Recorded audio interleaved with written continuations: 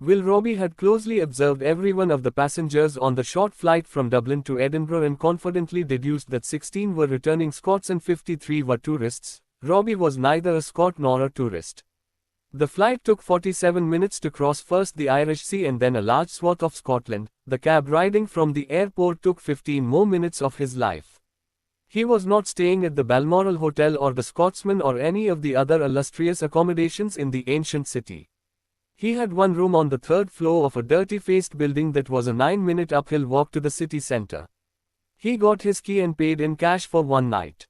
He carried his small bag up to the room and sat on the bed.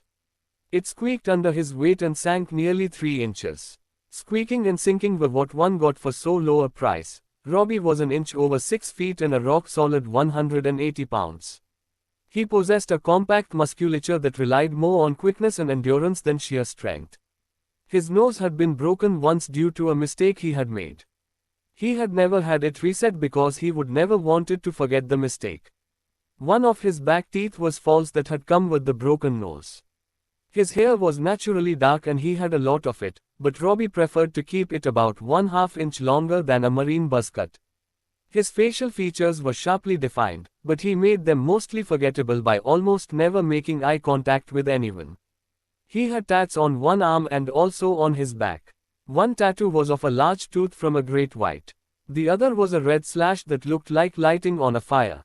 They effectively covered up old scars that had never healed properly and each held some significance for him. That damaged skin had proven a challenge for the tattoo artist working on Robbie, but the end result had been satisfactory. Robbie was 39 years old and would turn 40 the following day. He had not come to Scotland to celebrate this personal milestone. He had come here to work. Of the 365 days in a year, he was working or traveling to do his job on about half of them. Robbie surveyed the room. It was small, adequate and adorned, strategically located. He didn't require much. His possessions were few and his wants fewer still. He rose and went to the window, pressed his face to the cool glass. The sky was gloomy. It was often that way in Scotland. A full day of sun in Edinburgh was routinely greeted with both gratitude and astonishment by its citizens. Far to his left stood St. Holyrood Palace, the Queen's official residence in Scotland. He couldn't see it from here. Far to his right was Edinburgh Castle. He couldn't see that battered old edifice either, but knew exactly where it was. He checked his watch, a full 8 hours to go. Hours later, his internal clock woke him. He left his room and walked up towards Princess Street. He passed the majestic Palmer Hotel that anchored the city centre. He ordered a light meal and had tap water to drink, ignoring the large section of stouts offered on the board over the bar. As he ate, he spent some time gazing at a street performer juggling butcher knives atop a unicycle while regaling the crowd with funny stories delivered with an embellished Scottish brogue. Then there was the fellow outfitted as the Invisible Man taking pictures with passerby for £2 each. After his meal, he walked towards Edinburgh Castle. He could see it in the distance as he ambled along. It was big, imposing and had never once been taken by force, only stealth. He climbed to the top of the castle, peering over the gloom of the Scottish capital. He ran his hand along cannon that would never fire another shot. He turned to his left and took in the full breadth of the sea that had made Edinburgh such an important port. Centuries ago as vessels came and went, disgorging freight and picking up fresh cargo. He stretched tight limbs, felt a creak and then a pop in his left shoulder. 40. Tomorrow. But first he had to make it to tomorrow. He checked his watch, 3 hours to go. He left the castle and headed down a side street. He waited out a sudden chilly rain shower under a cafe awning and drank a cup of coffee. Later he passed a sign for the ghost tour of underground Edinburgh. Adults only and only, conducted after full darkness had set in. It was almost time Robbie had memorized every step, every turn, every move he would have to make. To live, as he did, every time, he had to hope it would be enough. Will Robbie did not want to die in Edinburgh. A bit later he passed a man who nodded at him. It was just a slight deep of the head, nothing more than the man was gone, and Robbie turned down the doorway the man had vacated. He shut and locked it behind him and moved forward, quickening his pace. His shoes were rubber-soled. They made no sound on the stone floor. 600 feet in, he saw the door on the right side. He took it. An old monk's cloak was hung on a peg. He donned it and put the hood up. There were other things there for him, all necessary. Gloves, night vision goggles, a recorder, a Glock pistol with suppressor can attached, and a knife. He waited, checking his watch every 5 minutes. His watch was synced to the very second with someone else's. He opened another door and passed through it. He moved downward, reached a grate in the floor, lifted it and skidded down a set of iron handrails set into the stone. He hit the floor silently, moved left, counted off his paces. Above him was Edinburgh, at least the new part. He was in underground Edinburgh now, home to several ghosts and walking tours. There were the walls under South Bridge and parts of old Edinburgh such as Mary King's Close among others. He glided down the dark brick and stone passages, his powered goggles letting him see everything in crisp definition. Electric lamps on the walls were set at fairly regular intervals, but it was still very dark down here. He could almost hear the voices of the dead around him. It was part of local law that when the plague came in the 1600s, it struck impoverished areas of the city such as Mary King's Close, especially Hart, and in response, the city walled up folks here forever to prevent the spread of the disease. Robbie didn't know if that was true or not, but it wouldn't surprise him if it were. That's what civilization sometimes did to threats, real or perceived, they walled them off us against them. Survival of the fittest. You die so I can live. He checked his watch. 10 minutes to go. He moved slower, adjusting his pace so he would arrive seconds before he was supposed to, just in case he heard them before he saw them. There were 5, not counting the guide, the man and the peripherals. They would be armed. They would be ready. The peripherals would think this was the perfect place for an ambush. They would be right. It was stupid for the man to come down here. It was. The carrot had to be especially big. It was. It was as big as it was total bullshit. Still, he had come because he knew no better, which made Robbie wonder how dangerous the man really was. But that was not his call. He had 4 minutes to go. Robbie rounded one final bend. He heard the guide talking, giving the memorized spiel and delivering it in a mysterious, ghost-like voice. Melodrama sells, thought Robbie. And in fact the uniqueness of the voice was vital to the plan tonight. There was a right-angle turn coming up. The tour was heading for it. So was Robbie, just from the opposite way. The timing was so tight that there was no margin of error. Robbie counted the paces. He knew the guide was doing the same. They had even practiced the length of their strides, to get them perfectly choreographed. 7 seconds later, the guide, who was the same height and build as Robbie and wearing a cloak identical to his, came around the bend a mere 5 paces ahead of his party. He held a flashlight. That was the one thing Robbie could not duplicate. Both of his hands had to be free for obvious reasons. The guy turned left and disappeared into a cleft cut into the rock that led into another room with another exit. As soon as he saw this, Robbie pivoted, putting his back to the group of men who would round the corner. A few moments later, one hand slipped down to the recorder on his belt under the clock and turned it on. The guide's dramatic voice boomed out, continuing the tale that he had momentarily halted to take the turn. Robbie did not like having his back to anyone, but there was no other way for the plan to work. The men had lights. They would see that he was not the guide, that he was not doing the talking, that he was wearing goggles. The voice drowned on. He started to walk forward. He slowed. They caught up to him. Their lights swept across his back. He heard their collective breaths, their smells, sweat, the garlic they'd had their meals. Their last meals, or mine, depending on how it goes. It was time. He turned. A deep knife strike took out the point man. He dropped to the floor, trying to hold in his severed organs. Robbie shot the second man in the face. The sound of the suppressed sound was like a hard slap. It echoed off the rock walls and mingled with the screams of the dying man.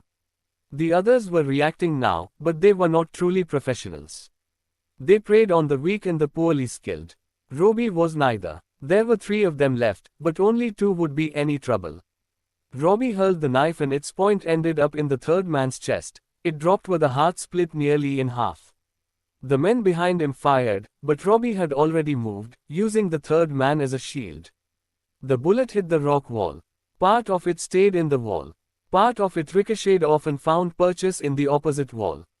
The men fired a second and third time, but he missed his target because his adrenaline had spiked, blown his fine motor skills and caused his aim to fail. He next executed a desperation spray and pray, emptying his mag. Bullets bounced off hard rock. One slug hit the point man in the head on a ricochet. It didn't kill him because he'd already bled out and the dead could not die a second time. The fifth man had thrown himself to the hard floor, hands over his head. Robbie had seen all of this. He dropped to the floor and fired one shot into the forehead of man number 4. Those were the names he had given them. Numbers faceless, easier to kill that way. Man number 5 was now the only one left. 5 was the sole reason Will Robbie had flown to Edinburgh today. The others were just collateral, their deaths meaningless in the grand scheme. Number 5 rose and then backed up as Robbie got to his feet. 5 had no weapon. He had seen no need to carry one. Weapons were beneath him. He was no doubt rethinking that decision. He begged, he pleaded, he would pay an unlimited amount. Then when the pistol was pointed at him he turned to threats. What an important man he was, how powerful his friends were, what he would do to Robbie, how much pain Robbie would suffer, he and his whole family. Robbie didn't listen to any of it. He had heard it all before. He fired twice. Right and left side of the brain, always fatal, as it was tonight. Number 5 kissed the stone floor, and with his last breath hurled an expletive at Robbie that neither of them heard. Robbie turned and walked through the same cleft as the tour guide. Scotland had not killed him. He was thankful for this. Robbie slept soundly after killing 5 men. He walked at 6 and ate breakfast at a cafe around the corner from where he was staying. Later, he walked to Waverley Station, next to the Balmoral Hotel, and boarded a train to London. He arrived at King's Cross Station over 4 hours later and took a cab to Heathrow. The British Airways 777 lifted off later that afternoon. With a weak headwind the plane touched down 7 hours later at Dulles Airport. It had been cloudy and chilly in Scotland. It was hot and dry in Virginia. The sun had long ago begun to drift low into the west. Clouds had built up during the heat of the day, but there would be no storm because there was no moisture. All Mother Nature could do was look threatening. A car was waiting for him outside the airport terminal. There was no name on the placard. Black SUV government plates. He got in, clicked the seat belt shut, and lifted up a copy of the Washington Post that sat on the seat. He gave the driver no instruction. He knew where to go. Traffic on the Dulles Toll Road was surprisingly light. Robbie's phone vibrated. He looked at the screen. One word, congratulations. He put the phone back in his jacket pocket. Congratulations was the wrong word, he believed. Thanks would be the wrong word too. He was not sure what the right one would be for killing 5 people.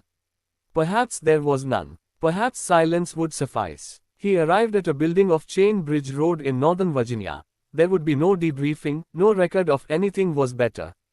If an investigation ensued, no one could discover a record that didn't exist. But if things went wrong, Robbie would have no official cover. He walked to an office, not officially his, but one that he sometimes used. Even though it was late there were people working. They didn't talk to Robbie. They didn't even look at him. He knew they had no idea what he did, but they also knew not to interact with him. He sat at a desk, hit some keys on the computer, sent a few mails and stared out a window that was not really a window, it was merely a box of simulated sunlight because an actual window was just a hole that others could get through. An hour later, a chubby man in a wrinkled suit with pasty skin walked in. They didn't greet each other. Chubby placed a flash drive on the desk in front of Robbie. Then he pivoted and left. Robbie stared down at the silver object. The next assignment was already prepared. They had been coming at an increasing clip these last few years. He pocketed the flash drive and left. This time he drove himself in an Audi that was parked in a space in the adjacent garage. When he slid into the seat he felt comfortable. The Audi was his, had been for 4 years. He drove it through the security checkpoint. The guard didn't look at him either. The invisible man in Edinburgh. Robin knew how it felt. Once he hit the public road he shifted gears and accelerated. His phone vibrated once more. He checked the screen. Happy birthday. It did not make him smile. It did not make him do anything other than drop the phone on the opposite seat and punch the gas. There would be no cake and no candles. As he drove, Robbie thought of the underground tunnel in Edinburgh. 4 of the dead men were bodyguards. They were hard, desperate men, who had allegedly murdered at least 50 people over the last 5 years, some of them children. The fifth man with 2 holes in his head was Carlos Rivera, a trafficker of heroin and youngsters for prostitution. He was immensely rich and had been visiting Scotland on holiday. Robin knew, though, that Trivia actually had ostensibly been in Edinburgh to attend a high-level meeting with another criminal czar from Russia in an effort to merge their business interests. Even criminals like to globalize. Robbie had been ordered to kill Rivera, but not because of his human and drug trafficking businesses. Rivera had to die because the USA had learned that he was planning a coup in Mexico with the aid of several high-ranking generals in the Mexican army.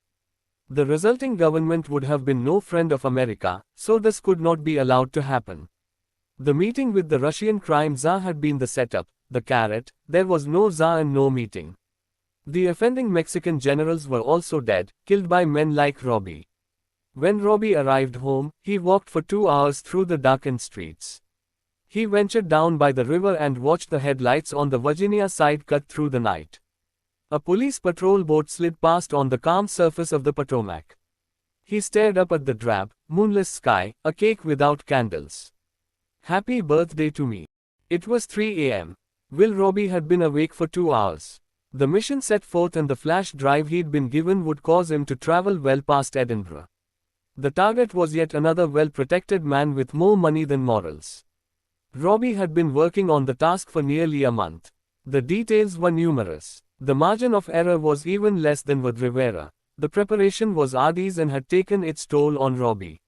He could not sleep. He was also not eating very much, but he was trying to relax now. He was sitting in the small kitchen of his apartment. It was located in an affluent area with many magnificent dwellings. Robbie's building was not one of them. It was old, utilitarian in design, with noisy pipes, odd smells and tacky carpet. Its occupants were divorced and hardworking, most just starting in life. They left early every morning to take their place at law firms. Accounting practices and investment concerns spread over the city. Some had chosen the public sector route and took the subway or bus, biked, or even walked to the large government building housing the likes of the FBI, the IRS and the Federal Reserve. Robbie did not know any of them, though he saw all of them from time to time. He had been briefed on all of them. They all kept to themselves, immersed in their careers, their ambitions. Robbie kept to himself too. He prepared for the next job. He sweated the details because it was the only way he could survive. He rose and stared out the window, down to the street where only one car passed by. Robbie had traveled the world for a dozen years now, and everywhere he went, someone died. It could no longer remember the names of all the people whose lives he had ended. They didn't matter to him when he was killing them, and they didn't matter to him now.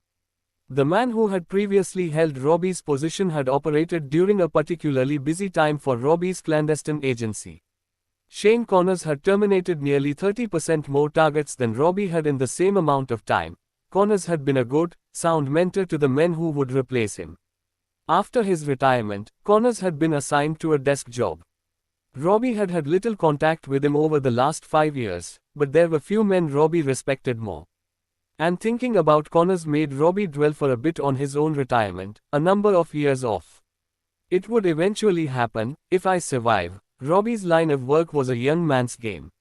Even at 40, Robbie knew he couldn't do it another dozen years. His skills would erode too much.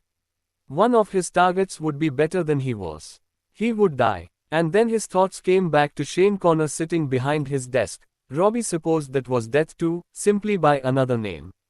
He walked to the front door, placed his eye against the peephole. Though he didn't personally know any of the neighbors, that did not mean he was not curious about them. He was, in fact, very curious. It wasn't hard to explain why their lives were normal. Robbie's was not. Seeing them going about their everyday lives was his only way to stay connected to reality. He had even thought about starting to socialize with some of them. Not only would it provide good cover for him attempting to blend in, but also it would help prepare him for the day when he would no longer do what he did now. When he might have a normal life of sorts. Then his thoughts turned, as they inevitably did, back to the upcoming mission. One more trip, one more kill. It would be difficult, but then they all were. He could very easily die, but that was also always the case. It was a strange way to spend one's life, he knew. But it was his way. The Costa del Sol had lived up to its name today. Robbie wore a straw-colored narrow-brim hat, a white t-shirt, a blue jacket, faded jeans and sandals. There was 3 days' worth of stubble on his tanned face. He was on holiday, or at least looked to be. Robbie boarded the large bulky ferry to cross the Strait of Gibraltar. He looked back to the mountains, rising along the route and imposing Spanish coastline. The juxtaposition of the high rock to the blue med was captivating. He admired it for a few seconds and then turned away, forgetting the image just as quickly. He had other things occupying his mind. The high-speed ferry headed to Morocco. It pitched and swayed like a metronome as it left Tarifa harbor on its way to Tangier. Once it gathered speed and hit the open waters, the ride smoothed out. The belly of the ferry was filled with cars, buses and tractor-trailers. The rest was crammed with passengers eating, playing video games in an arcade and purchasing duty-free cigarettes and perfume by the carload. Probably sat in his seat and admired the view, or at least pretended to. The street was only 9 miles wide, and the ride could take only about 40 minutes. Not a lot of time to contemplate anything. He spent it alternately gazing out at the waters of the Med and studying the other passengers. They were mostly tourists, eager to say they had been to Africa, although Robin knew that Morocco was very different from what most people probably would think when they imagined Africa. He walked off the ferry in Tangier. Buses, taxis and tour guides awaited the masses. Robbie bypassed them all and left the port on foot. He entered the main street of the town and was instantly besieged by paddlers, beggars and shopkeepers. Children pulled on his jacket, asking for money. He directed his gaze down and kept walking. He passed through the congested spice market. At one corner, he nearly stepped on an elderly woman who looked to have fallen asleep while holding on to a few loaves of bread for sale. This had probably been her entire life, thought Robbie. This corner, and a few loaves of bread for sale. Her clothes were dirty, her skin the same. She was soft and plump, but malnourished, as was often the case. He bent down and put some coins in her hand. His gnarled fingers closed around them. She thanked him in her language. He said you are welcome in his. They both somehow understood the exchange. He walked on, increasing his pace, taking any steps he encountered 2 and 3 at a time. He passed by snake charmers who placed exotically colored and defanged reptiles around the necks of sunburned tourists. They wouldn't take the snakes off unless €5 were placed in their hands. A nice like it if one could get it, thought Robbie. His destination was a room over a restaurant promising authentic local food. It was a tourist trap, he knew. The food was generic, the beer warm and the service indifferent. The buskites led unsuspecting folks there and then hurried elsewhere to eat a far better meal. He headed up the stairs, unlocked the door to the room with the key he had previously been given, and locked the door behind him. He looked around. Bed, chair, window, all he needed. He put his hat on the head, looked out the window, and eyed his watch. It was 11 a.m. local time. The flash drive had long since been destroyed. The plane was in place and the movements practiced at a mock facility back in the States. That was the exact duplicate of his target. Now he simply had to wait. The hardest part of all, he sat on the bed, massaged his neck, working out kinks from the long trip by plane and boat. This time the target was no idiot like Rivera. He was a cautious man with professional assets who wouldn't spray bullets around. This one would be harder, or at least it should be. Robbie had brought nothing with him from Spain because he had to pass through customs to get on the ferry. A weapon found in a bag by Spanish police would have been something more than problematic, but everything he needed would be in Tangier. He took off his jacket, lay back on the bed, and let the heat from the outside make him drowsy. He closed his eyes, knowing he would open them again in 4 hours. The sounds from the street receded as he fell asleep. When he woke, nearly 4 hours had passed and it was the hottest part of the day. He wiped sweat from his face and went back to the window, looked out. He watched big tour buses navigate streets never built for anything so large or cumbersome. The sidewalks were full of people, both locals and visitors. He waited another hour and then left his room. On the street he turned east and double-timed it. In a few seconds he was lost in hustle and bustle of the old city. He would recollect what he needed and move on. All these items would be for the mission. He had traveled to 37 countries and had never purchased a single souvenir. 7 hours later it was quite dark. Robbie approached the large, stark facility from the west. Over his back was slung a hardened case and a knapsack with water, a pea jar and provisions. He did not plan on leaving here for the next 3 days. He looked around, taking in the smells of a third world country. The air was also heavy with the threat of rain. That would not bother him. This task was an inside job. He checked his watch and heard it approach. He ducked down behind a cluster of barrels. The truck passed by him and stopped. He approached it from the rear. 3 strides later he was under it, holding on to metal jutting out from its underside. The truck drove on and then stopped once more. There was a long wrenching sound of metal on metal. It started up again with a jolt that nearly caused Robbie to lose his grip. 50 feet later, the truck stopped once more, the doors opened, feet touched the floor.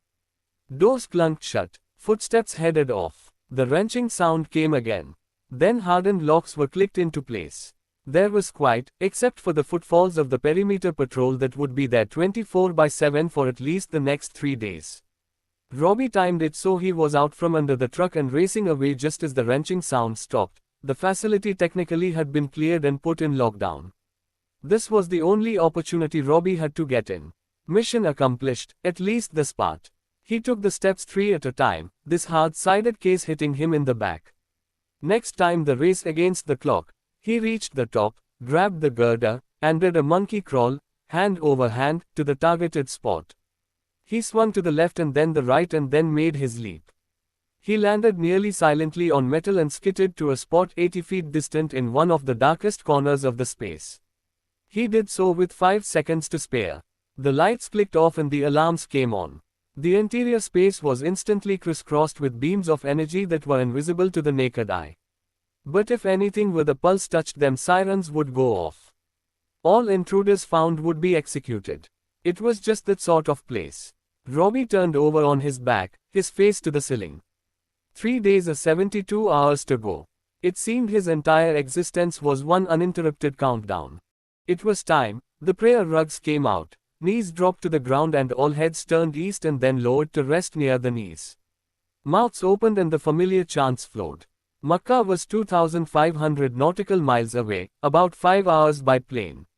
For the folks on the rugs, it was a lot closer. Prayers said, religious duties fulfilled, the rugs were rolled back up and stored away. Allah was also put away, in the backs of his followers' minds. It was too early to eat, but it was not too early to drink. There were places in Tangier that accommodated this, Muslim teetotalers or not. The 24 men went to one such place. They did not walk along the streets. They traveled in a 4 Hummer motorcade. The Hummers were armored to American military standards and would defeat all bullets and most missile strikes. Like the buses, these vehicles seemed far too large for the narrow streets. The main man rode on the 3rd Hummer, where his front and rear were covered. The man's name was Khalid bin Talal. He was a Saudi prince, a cousin to the king. With that sole connection he was accorded respect in almost all corners of the Muslim and Christian worlds. He did not come to Tangier very often. Tonight he was here to do business. He was scheduled to leave during the early morning hours in his private jet that cost well over $100 million. A staggering sum to virtually anyone. It was less than 1% of his net worth. The Saudis were close allies of the West in general and the Americans specifically, at least in public. A stable flow of petroleum made for good friendships. The world moved around at speed and men from a desert country where few things would grow could afford aircraft costing 9 figures. However, the Saudi prince was not such a friend. Talal hated the West, he hated the Americans most of all. That was a dangerous position to openly take against the world's remaining superpower. Talal was suspected of the kidnapping, torture and murder of 4 USA servicemen, abducted from a club in London. Nothing could be proven, though, and the prince had suffered no consequences. He was also suspected of bankrolling 3 terrorist attacks in 2 different countries, resulting in the deaths of over 100 people, a dozen of them Americans. Again, nothing could be proven and there was no repercussions, but those actions eventually had put Talal on a list. And the payment for being on that list was about to come due with the full blessing of the Saudi leadership. He simply had become too bothersome and ambitious to let survive. The people he had come here to meet didn't much like the West or the Americans either. They and Talal had a lot in common. They envisioned a world that did not have the stars and stripes leading the way. The gathering was to discuss how to make such a world happen. This caucus was a closely guarded secret. The mistake was letting the closely guarded secret no longer remain a secret. The club was entered through a metal door with a number pad. Talal's lead guard hit the 10-digit code that was changed daily. The 6-inch thick hydraulic-powered door clanged shut behind them. There were blast walls set up at strategic points. The interior perimeter was ringed by armed guards. This was serious security for the few people who could afford it. The prince and his group sat at a large round table in a roped-off area that was hidden behind drapes and set atop an elevated teakwood platform. The prince's eyes continually moved, sizing up the environment around him. He had survived 2 assassination attempts, one by a cousin of his and another by the French. The cousin was dead and so was France's best contract killer. Talal trusted no one. He knew the Americans would not be far behind now that their French ally had failed. His guards were vetted and loyal, a close-knit group that allowed no outsiders in. There were no whites, blacks or Hispanics anywhere near his inner circle. He was armed. He was a good shot. He kept his mirrored sunglasses on even indoors. No one could tell where he was looking. The lenses were also specially designed. Their magnification levels allowed him to see things his naked eye could not. But he did not have eyes in the back of his head. The uniformed waiter approached, not with drinks, but merely with napkins. The prince brought his own glasses and liquor. Being poisoned was not on his agenda. He poured his Bombay Sapphire and added the tonic. He sipped, his gaze swiveling, his mind partly focused on the upcoming meeting. He was prepared for every contingency. Except an enlarged prostate. It was an annoyance that even his wealth could not overcome. He could not have someone else piss for him. His men made sure the bathroom was empty of enemies and free of explosives and inaccessible except for the one door. An aide wiped down the sink, commode and stall with an antibacterial spray. Billionaire royalty do not frequent urinals. Talal went to the cleansed stall, closed the door behind him and latched it, using a handkerchief to do so. He had discarded his ropes before coming here. He wore a custom-made suit that cost 10,000 British pounds. He had 50 such suits and couldn't remember where they all were, since they were spread over his many properties around the world. He had never flown commercial even as a young man. He had teams of servants at each of his homes. When he stayed at hotels they were the finest, and he rented out entire floors so he would not have to endure seeing a common person when he went to his room. He was whisked everywhere, either by motorcade or helicopter. People of his wealth do not sit in traffic. His life of rarefied luxury was unimaginable. And that was fine by him, because in his mind, he was unlike other human beings. I am better, far better. Yet he still had to unzip his fly to do his personal business, just like every other man, rich or poor. He studied the wall in front of him, the graffiti and filthy language written there. He finally looked away in disgust. It was the Western influence that had brought such things of that he was convinced. In that world women could drive cars, vote, work outside the house and dress like horse. It was ruining the world. Even his country now said that women could vote and do other things that only men should be able to do. The king was insane and worse, a puppet of the West. He hit the flush lever with the sole of his shoe, zipped his pants and unlatched the stall door. While he washed his hands, he stared at his image in the mirror. A 50-year-old man looked back at him, grey in the beard and quite large in the belly. He was worth well north of $12 billion, making him the 61st richest person in the world, according to Forbes magazine. He had taken his oil money and leveraged it into many profitable operations using his business savvy and international connections. He was sandwiched on the list between a Russian oligarch who used gangster tactics after the fall of the Soviet Union to snap up state assets for virtually nothing and a 20-something tech king whose company had never made a dime in profit. He left the bathroom and walked back to the table with his cards organized in a hard diamond pattern around him. He had copied this tactic from the American Secret Service. His personal physician traveled with him just like the USA president. Why not emulate the strongest? Was his thinking. And in his mind, he was just as important as the American president. In fact, he would have liked to replace him as the de facto leader of the free world, although the world would not be nearly as free with him in charge, starting with the woman. Drinks finished, they moved on to their evening meal at a restaurant that had been completely rented out so that the prince could dine in peace without the fear of strangers interrupting. After that, he changed back into his robes and returned to his jet, housed in a secure hangar back at a private jet park outside the city. The Hammers pulled past the open doors of the hangar and stopped in front of the massive jet. While most planes were painted white, this one was all black. The prince liked the color. He thought it was masculine and powerful and possessed a tangible element of danger. Just like him, the hangar doors closed before he got out of the Hummer. There would be no targets for long-range rifle shots between open hangar doors. He walked up the steps, puffing slightly as he neared the top. The hangar doors would reopen only when the plane was ready to take off. The meeting would be held on the plane while it was on the ground. The meeting would last for 1 hour. The prince would control the meeting. He was used to controlling situations. That was about to end. There were 2 guards at the bottom of the stairs leading to the jet. The rest of the security was in the plane, surrounding what would be the main target for any attack. The fuselage door was closed, locked. It was like a vault. A very expensive vault, but as with all vaults, there were weaknesses. The prince sat at the center of the table in the main part of the cabin. The interior was entirely of his new design. The plane consisted of nearly 8,000 square feet of marble and exotic woods, oriental rugs, and exquisite paintings and sculptures by long-dead, museum-quality artists that he could admire at 41,000 feet and 500 miles an hour. Talal was a man who spent his money and thereby enjoyed his wealth. He gazed around the table. There were 2 visitors here. One was Russian, the other Palestinian. An unlikely partnership, but it intrigued the prince. They had promised that for the right price they could accomplish something that virtually everyone, the prince included, would have thought impossible. The prince cleared his throat. "You are sure you can do this?" His tone was full of incredulity.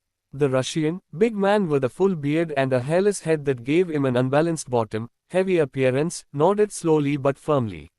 The prince said, "I am curious as to how this is possible, because I have been told that it is absolutely pointless even to try. The strongest chain is defeated by its weakest link." This came from the Palestinian. He was a small man, but with a fuller beard than the Russian. They were like a tugboat and a battleship, but it was clear that the small man was the leader of partnership. "And what is the weakest link?" "One person, but that person is placed next to the one you want. We own that person." "I cannot see how that is possible," said the prince. "It is not just possible, it is fact. But even so, access to weapons. The person's job will allow access to the necessary weapon. And how do you own such a person? The detail is not important. It is important to me. This person must be willing to die, then. There's no other way." The Palestinian nodded. "The condition is met." "Why? Westerners do not do that." "I did not say that the person is the Westerner. A plant. Decades in the making. Why? Why do any of us do anything? We believe in certain things, and we must take steps to realize those beliefs." The prince sat back. He looked intrigued. The Palestinian said, "The plans are in place. But as you know, significant funds are required for something like this, much of it in the aftermath. Our person is secure, for now. But that could change soon. There are eyes and ears everywhere. The longer we wait, the greater the chances of the mission failing before it has been given a chance to succeed." The prince ran his fingers over the carved wood of the table as he glanced out the window. The windows were extra large, because he enjoyed the views from his high perch. The subsonic round hit him squarely in the forehead, exploding his brain. He fell back against his leather seat and then slowly slid to the floor. Gray matter, blood, bone and tissue cover the plane's once beautiful interior. The Russian leaped up but had no weapon. It had been confiscated at the door. The Palestinian just sat there, paralyzed. The guards reacted. One pointed to the shattered plane window, out there. They rushed to the door. The 2 guards outside the plane had drawn their weapons and fired at the source of the fatal shot. Shots pinged around Robbie's position. He aimed and fired back. The first sentry fell with a kill shot to the head. The second collapsed a few moments after that with the bullet wedged in his heart. From his high perch, Robbie pointed his rifle's muzzle at the door of the plane. He sent 5 shots right through the center, destroying the opening mechanism. He swiveled around and took out the cockpit window and with it plane's controls. The big bird would be grounded for a while. It was fortunate for his mission that bulletproof material was too thick and heavy to carry on planes. That made it simply $100 million vault with a very large Achilles heel. Then he was done with killing. Now came the hardest part, the exit. He tight-walked down the girder until he reached a wall on the far side of the hangar. He pushed open the window, attached his cable to the support ring he had bolted into place the night before, and rappelled down the wall. His feet touched the asphalt and he ran due east away from the hangar and the dead prince. He scaled a fence, dropped to the other side. He heard shouts behind him. Some beams of light broke the darkness. Shots headed his way, all far off target. He knew that could change. The car raced up. He threw his gear in his back seat, jumped in, and it drove off before his door was even shut. Robbie didn't look at the driver and the driver didn't look at him. The car traveled for only a few miles into the outskirts of Tangier before stopping. Robbie slipped out, headed down an alley, walked another 500 feet and entered a small courtyard. A blue Fiat was there. He slid into the driver's seat, snagged the keys from under the visor and started it up. He gunned the engine and left the courtyard. 5 minutes later he neared the center of Tangier. He drove through the city and parked the car at the port. He popped the rear hatch and pulled out a small backpack with clothes and other essentials including travel documents and local currency. He boarded not the high-speed ferry back to Spain which he had taken to get here, but instead the slow ferry from Tangier to Barcelona. It took 24 hours to go from Barcelona to Tangier and 3 hours longer in the other direction. His employer had sprung for a 3-person family berth rather than simply a seat. He went to his space, stored his bag, locked his door and lay on the bed. A few minutes later the ferry slipped away from the dock. Robbie could see the logic. No one would expect an assassin to escape via boat that took over a full day to get to his destination. They would check the airports, the high-speed ferries, the highways and the train stations. But not the lumbering old bathtub that would take 27 hours to go a few 100 miles up the Med. He would actually arrive 2 days from now since it was nearly midnight. Robbie had with him a long-range surveillance cone that had allowed him to hear the conversation on the plane between the prince and the 2 other men, access to weapons, decades in the making, significant funds for the aftermath. It would have to be followed up. But that was not his job. He had completed his task. He would make his report and others would now take over. He was certain that even the Saudi royal family would be relieved that one of their black sheep had been killed. Their official statement would condemn such an act of violence. They would demand a full investigation. They would posture and fume and whine. Tense diplomatic communications would be exchanged. But in private they would toast the ones responsible for the killing. In other words, they would toss the Americans. It had been a clean operation. Robbie had had the prince in his crosshairs from the moment he had gotten out of his SUV. He could have taken him out then, but wanted to wait until the prince and his guards were on the plane. It would allow him one more time to get away with the security detail were trapped inside the aircraft. He had lost sight of the prince for about half a minute right after he had entered the plane, but had reacquired him as he walked down the aisle and sat at the table. Robbie had aimed for the head of the Talal, even though it was a tougher shot because of something he had seen through his scope. When the prince had leaned forward in his chair, Robbie had seen the straps underneath the men's ropes. He was wearing body armor. One did not wear. Robbie had spent 3 days and nights of his life perched high up, peeing into a jar and eating power bars while waiting for his target in a facility that was supposedly in lockdown and totally secure. Now the prince was dead, his plans would die with him. Will Robbie closed his eyes and slept as the ferry gently swayed on its slow ride, over the calm waters of the Med. This one was different. It was close to home, so close that it was home. Nearly 3 months had passed since Tangier and the death of Khalid bin Talal. The weather was cooler, the sky a little grayer. Robbie had not killed anyone during that time. It was an unusually long period for him to be inactive, but he did not mind. He took walks, he read books, he ate out, he did some traveling that did not involve the death of someone. In other words, he acted normal. But then that flash drive had appeared and Robbie had to stop being normal and pick up his gun again. The mission had come to him 2 days ago. Not much time to prepare, but the mission was a priority, the flash drive told him, and when the flash spoke, Robbie acted. He sat in a chair in his living room, a cup of coffee in hand. It was early in the morning and he had been up for several hours. As the next mission grew closer, it had been difficult for him to sleep. It had always been that way with him. Not so much nervousness as a desire for heightened preparation.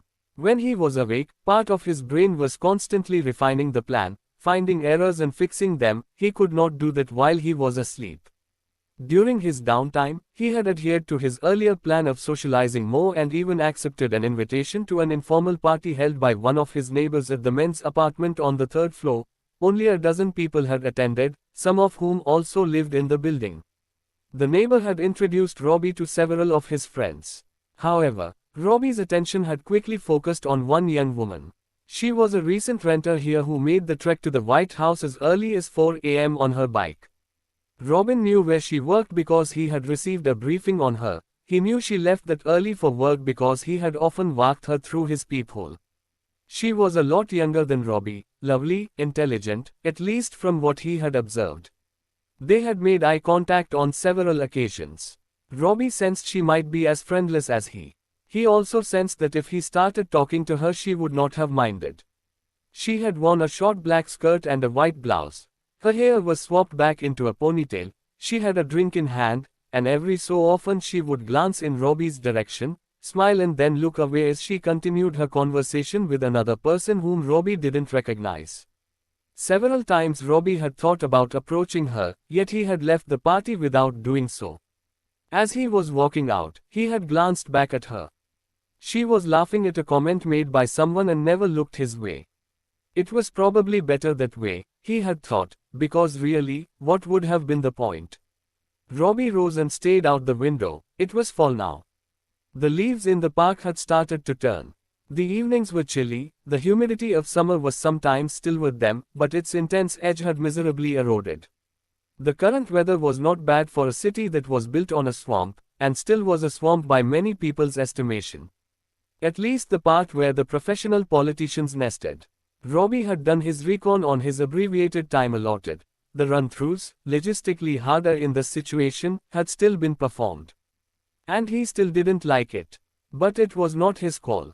The location would not involve Robbie stepping on a plane or train, but the target was different as well.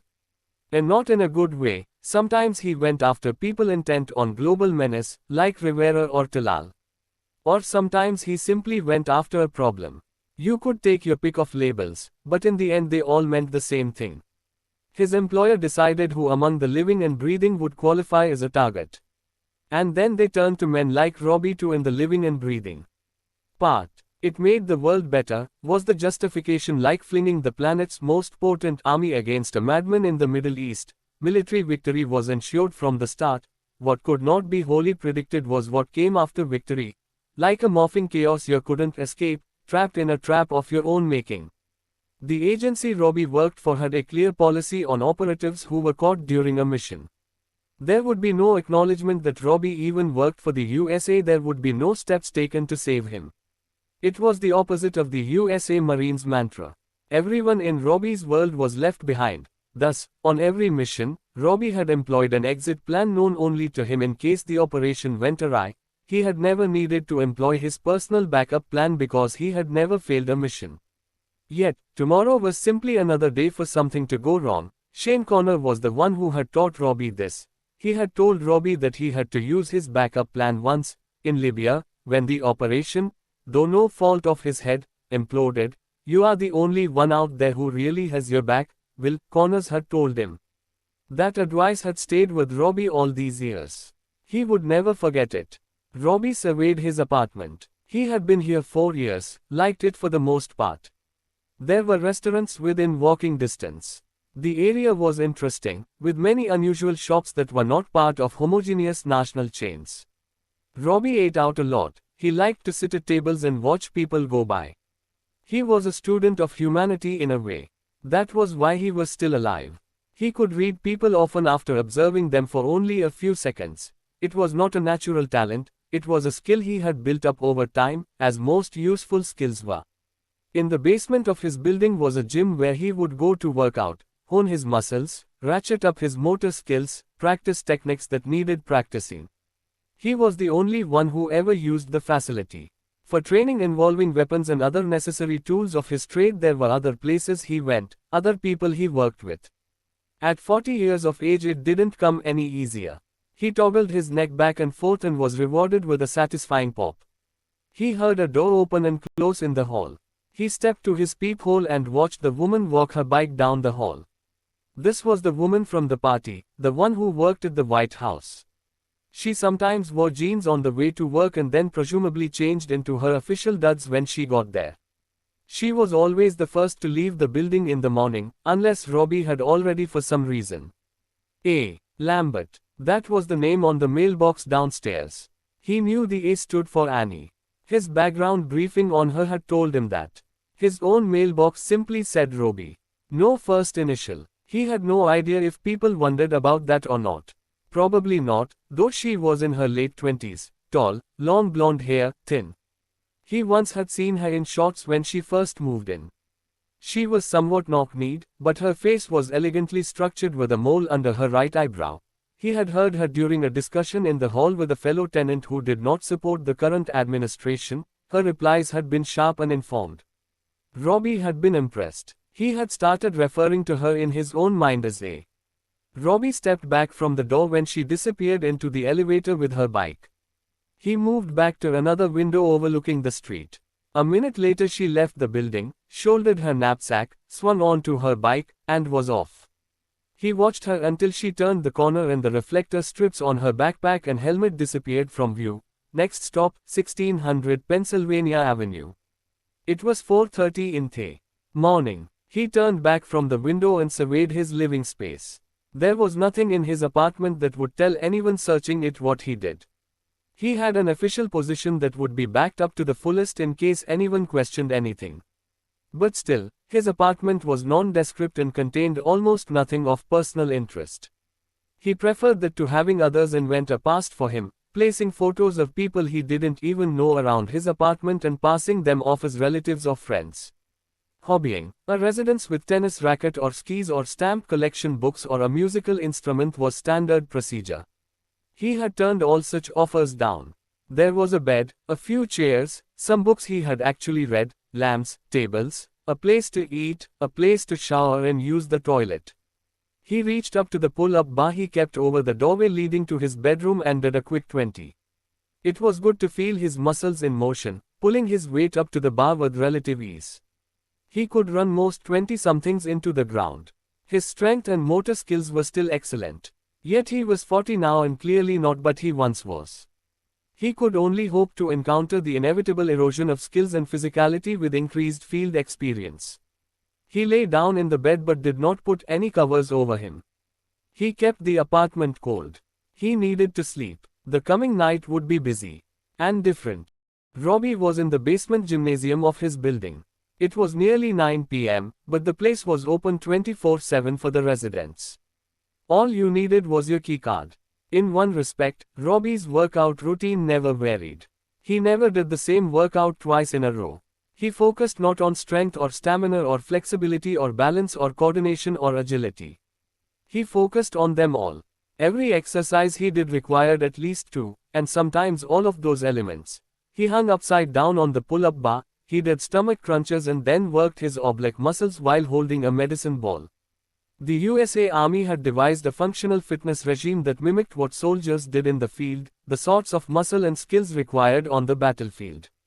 Robbie held to the same concept and worked on things he needed to survive out there. Lunges, thrusts, explosiveness from his calves up. He worked everything in synergy, upper body and lower body at the same time that he was pushing his core past the breaking point. He was chiseled but never took his shirt off. No one would ever see him strolling along displaying his six-pack unless he needed to as part of a mission. He did a half-hour's worth of yoga until he was drenched in sweat. He was holding an iron cross on the pull-up bar when the door opened. A. Lambert stared over at him. She didn't smile or even acknowledge him. She closed the door behind her, went over to a corner and sat down cross-legged on an exercise mat. Robbie held the cross for another 30 seconds, not to impress her, because she was not even looking at him. He held it because he had to push his body past, but it was used to. Otherwise he was just wasting his time. He let go and dropped lightly to the floor.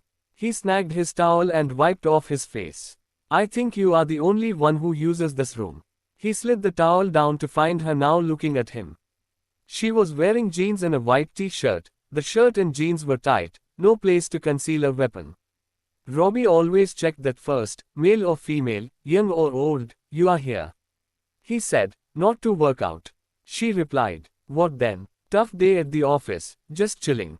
He looked around the small, ill-lighted room. It smelled of old sweat and mold. Must be nicer places to chill than this, he said. I didn't expect to find anyone else here, she answered, except me, maybe. From what you said, you knew I used this room, she said. I just said that because I saw you here tonight. I have never seen you down here before, or anyone else, for that matter. He knew the answer but asked, so, tough day at the office. Where do you work? The White House. That's pretty impressive. Some days it doesn't feel that impressive. What about you? Investments. Do you work at one of the big firms? No. I'm on my own. Always have been. Robbie wrapped the towel around his shoulders. Well, I guess I will leave you to your chilling. However, he didn't really want to leave just yet. Perhaps she sensed this. She rose and said, I'm Annie. Annie Lambert. Hello, Annie Lambert. They shook hands. Her fingers were long, supple, and surprisingly strong. You have a name? She asked. Robbie. First or last? Last. It's on the mailbox. And your first? Will. That was harder than it should have been. She smiled. He found himself grinning back. I'm not the most outgoing guy you will ever meet. But I saw you at the party on the 3rd floor the other night. It was a little out of character for me. First time I have had a mojito in a long time. Me too. Maybe we can go out for a drink sometime. Robbie had no idea why that offer had come out of his mouth. Okay, she said casually. Sounds good. Good night, said Robbie.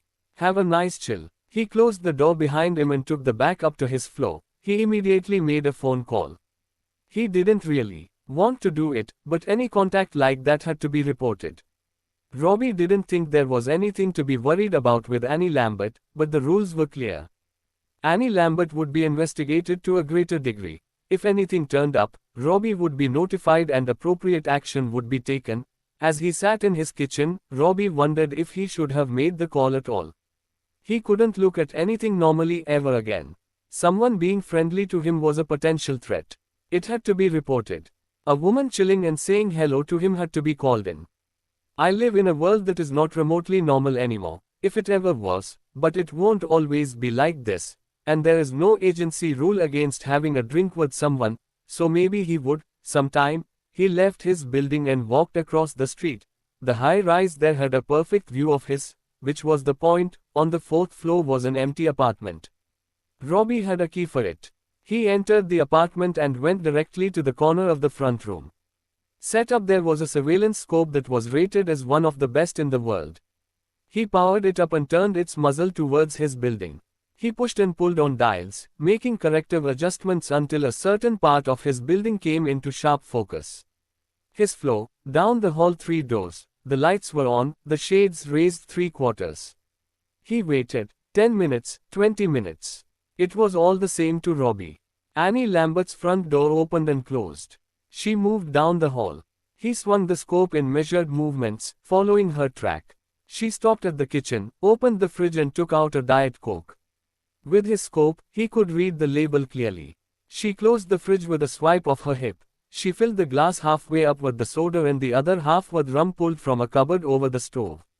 She walked down the hall. Before she got to her bedroom, she unzipped her jeans, slipped them off, and tossed them into a laundry basket.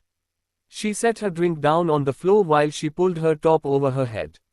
Her underwear was pink. She was not the Tom type. Her underwear fully covered her bottom. Robbie had not seen this. He had turned his surveillance device off when she had started to unzip her pants. The scope was nearly 50 grand. He was not going to use it for pathetic voyeurism. Robbie returned to his building and rode the elevator to the top floor. An access door that was locked led to the roof. The lock was not a complicated one for him. Robbie took a short flight of steps up to the very top of the building. He ventured to the edge and looked out over the city. Washington, D.C. looked back at him. It was a lovely city at night. The monuments looked particularly magnificent when the mood lighted against the darkness. In Robbie's mind, D.C. was the only city in the USA to truly rival the great cities of Europe when it came to official decoration, but it was also a city of secrets. Robbie and people like him were one of those secrets. Robbie sat down with his back to the wall of the building and gazed upward. A. Lambert had officially become Annie Lambert. Knowing it from the briefing paper was not the same as hearing it in person, and he had reported her for nothing more than probably just being friendly. Tough day at the office. Just needed a place to chill. Robbie could relate to that. He had some tough days at the office. He could use a place to chill, but that would never happen. He showered and changed into fresh clothes. Then he gunned up. It was time to go to work. Another foster home she did not want to be in. How many now? 5, 6, 10. She supposed it didn't really matter. She listened to the screams coming from the downstairs of the duplex she had called home for the last 3 weeks. The men and women downstairs yelling at each other were her foster parents. Which was more than a joke, she thought. It was criminal. They were criminal. They had a string of foster kids through their home and made them pickpocket people and deal drugs. She had refused the pickpocketing and the drug dealing. So tonight would be her last night here. She had already packed her backpack with her few belongings. There were 2 foster kids living in the one bedroom with her. They were both younger and she was loath to leave them here. She sat them on the bed and said, "I'm going to get your guys help. I'm going to let social services know what's going on here. Okay. They're going to come and get you out of this place. Can't you take us with you, Julie?" asked the girl tearfully. "I wish I could, but I can't. But I'm going to get you out of here, I promise." The boys said. "They won't believe you." "Yes, they will. I have got proof." She gave them each a hug, opened the window, climbed out, wriggled down the drain pipe to the flat roof of the attached carport, worked her way down a support pole, reached the ground, and ran off into the darkness. She had one thought in mind. "I'm going home." Home was a duplex even smaller than the one she had just left. She took the subway, then a bus, and then she walked. Along the way she pulled out an envelope, walked up the steps of a large brick government building, and pushed the envelope through the mail slot in the door. It was addressed to the woman who was handling the foster care placement for her and the 2 other kids back at the duplex. She was a nice lady, she meant well, but she was completely swamped with children no one seemed to want. In the envelope was a photo card with pictures capturing the couple in the middle of abusing their foster kids, engaging in clearly illegal activity, and sitting stoned out on the couch with crack pipes and piles of pills in full view. If that didn't do the trick, she thought, nothing would. She reached the house an hour later. She didn't go in the front door. She did what she always had done when getting home this late. She used a key she kept in her shoe to go in via the back door. She tried to turn on a light, but nothing happened. This didn't surprise her. It merely meant that the electricity had been turned off because the utility bill had not been paid. She felt along the walls and used the moonlight coming in through the windows to see well enough to reach her bedroom on the 2nd floor. Her room was unchanged. It was a dump, but it was her dump. A guitar, sheets of music, books, clothes, magazines were piled everywhere. There was a mattress on the floor that served as her bed, but it was not easily visible under all the other stuff. She rationalized that her parents had not cleaned up her room because they knew she would be back. They had problems, many of them. They would be regarded by most people as pathetic, drugged-out losers. But they were her parents. They loved her, and she loved them. She wanted to take care of them. At age 14, she was often the mom and dad, and her parents were often the kids. They were her responsibility, not the other way around. But that was okay. They should be asleep by now, she knew. Hopefully not stoned. Actually things were looking up. Her father was working on a loading dock and had been gainfully employed there for a whole 2 months. Her mother labored as a waitress in a dinner where a $2 tip was the exception rather than the norm. It was true that her mom and dad were recovering addicts, but they got up every day and went to work. It was just that the drug problems and the stints in jail had led the city to sometimes deem them unfit to have custody of her. Hence the banishment to the foster care system. But not for her. Not anymore. Now she was home. She fingered the piece of paper in her jacket pocket. It was a note from her mom. It had been sent to her school and left at the office. Her parents had plans to move away from the area and start over afresh. And they, of course, wanted their only child to go with them. Julie had not been this excited in a long time. She went to their bedroom across the hall to check on them, but it was empty. Their bed was like hers, simply a mattress on the floor. But the room was not messy. Her mother had tidied up. Clothes were put away, albeit in baskets. They had no dresses or armoires. She sat on the bed and removed a photo of the three of them that was hanging on the wall. She couldn't see it that well in the dark, but she knew exactly who was in it. Her mother was tall and thin, her father shorter and even skinnier. They looked unhealthy and they were. Years of drug abuse had left permanent scars, chronic problems, lives that would be significantly shortened. Yet they had always been kind to her. Never abused her, looked out for her when they could.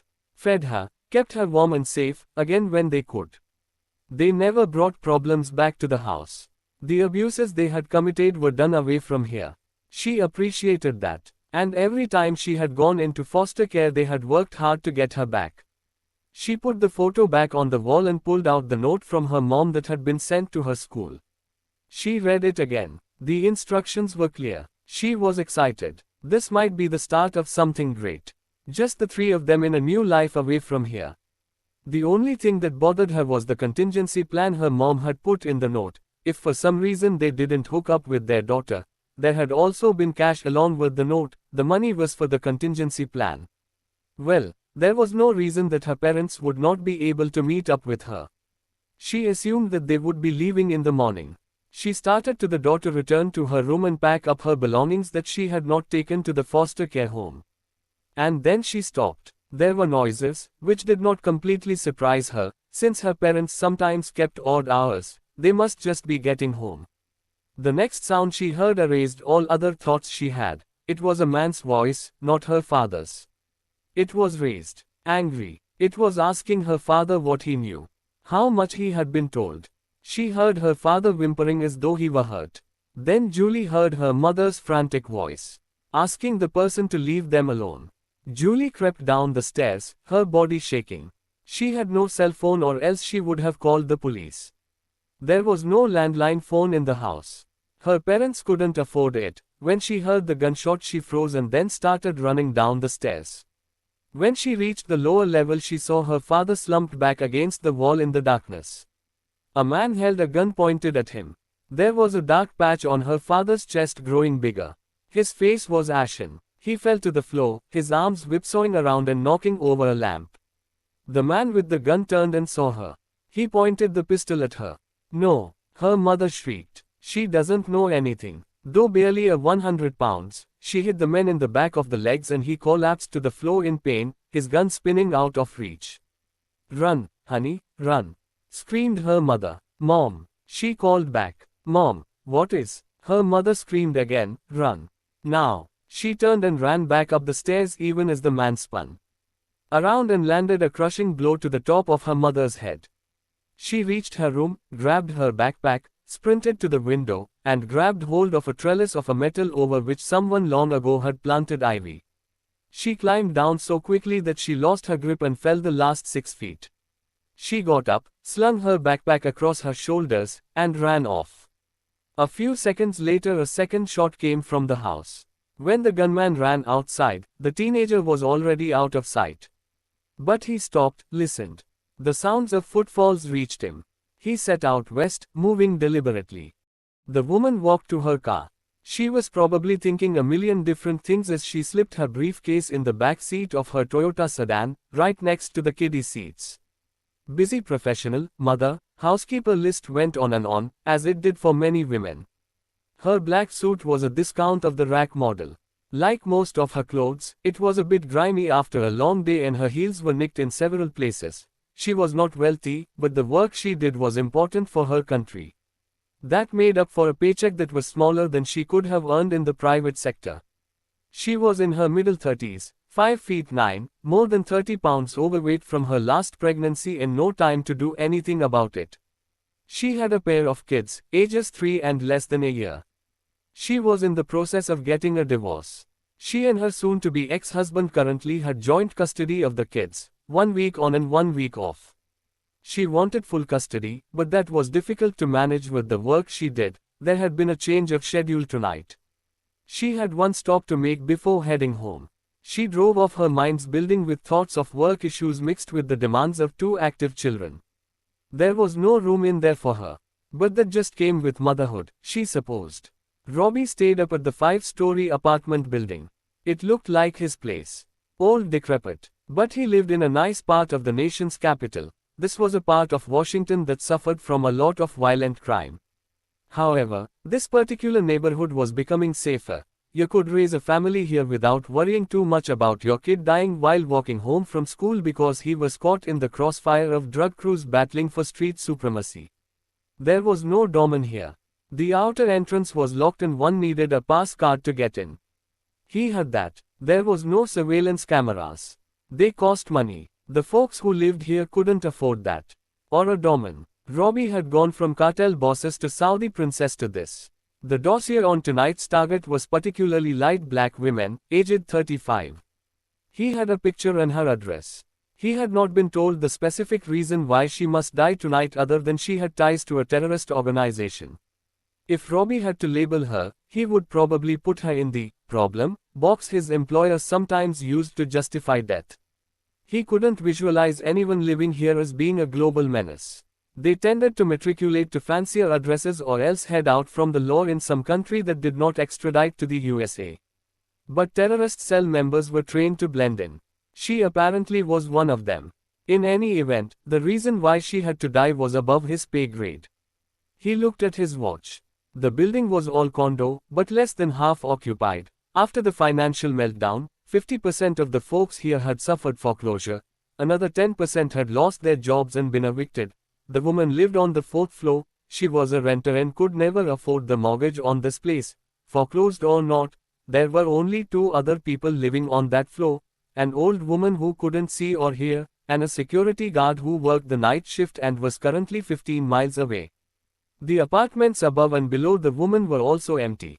He toggled his neck, felt the pop. He pulled up his hoodie. The plan was set. There was no stand-on button to push. The rocket was fueled and the launch was commencing. He looked at his watch. His spotter had seen her go into the building alone hours ago, grocery bag in one hand, briefcase in the other.